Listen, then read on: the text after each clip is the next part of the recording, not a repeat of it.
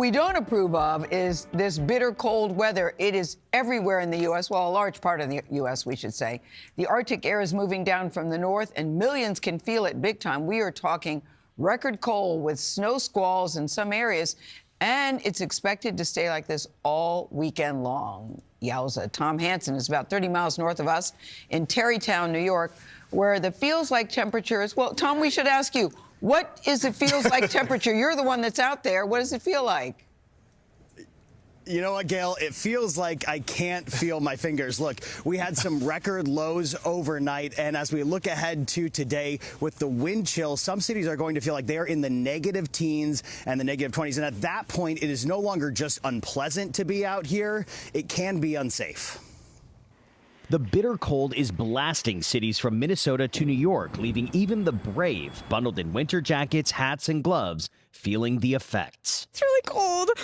It's so cold. I breathe and I can feel my nose hairs moving. Days worth of snow from earlier this week still coats streets.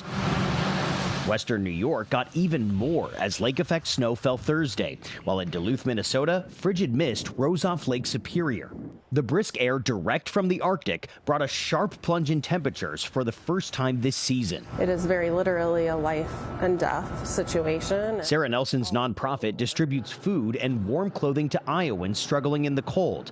The group is also helping more than 600 people pay utilities. We've been preparing for a tsunami of need, and unfortunately, it's met our expectations and what we thought we would start to see, and we expect it to get worse before it gets better.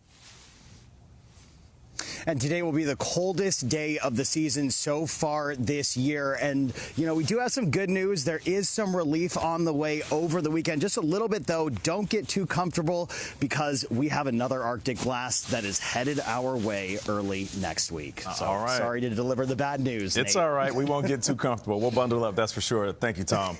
All right. There is snow falling outside the White House this morning. Isn't that a beautiful sight? And if you take a look at this, you can see in the chilly weather, it brought out a fox just running around on the White House North Lawn. The Secret Service didn't seem to mind, so the fox is just chilling. But let's talk about this brutal cold weather that's stretching from D.C. to Utah. Let's bring in CBS News meteorologist Rob Marciano. He is in Park City, Utah. Rob, good morning. Hey, good morning, Nate. Yeah, a little snow on the White House lawn. A little snow finally here on Main Street in Park City. The western edge of that cold is triggering winter storm warning here. Talk more about that in a sec. But the wind chills in the east are no joke this morning. It was really, really cold in places like Boston and Cleveland. -3 in Boston. -7 right now, it feels like, in Syracuse. 2 degrees in Chicago. And, you know, we've been tracking this cold air for a good week now. It is truly Arctic stuff. It has come all the way from the Arctic Circle, and it's come across Canada and into the parts of the upper Midwest, and finally, the last couple of days, has entrenched itself across parts of the western Great Lakes. But like Tom said, we'll get a break, but then here it comes on Monday. Look at those low-temperature wind chills. Boston, New York, Chicago, Minneapolis, again, more in the way of suffering. And that cold, as you saw, is mixing in with the precip in D.C.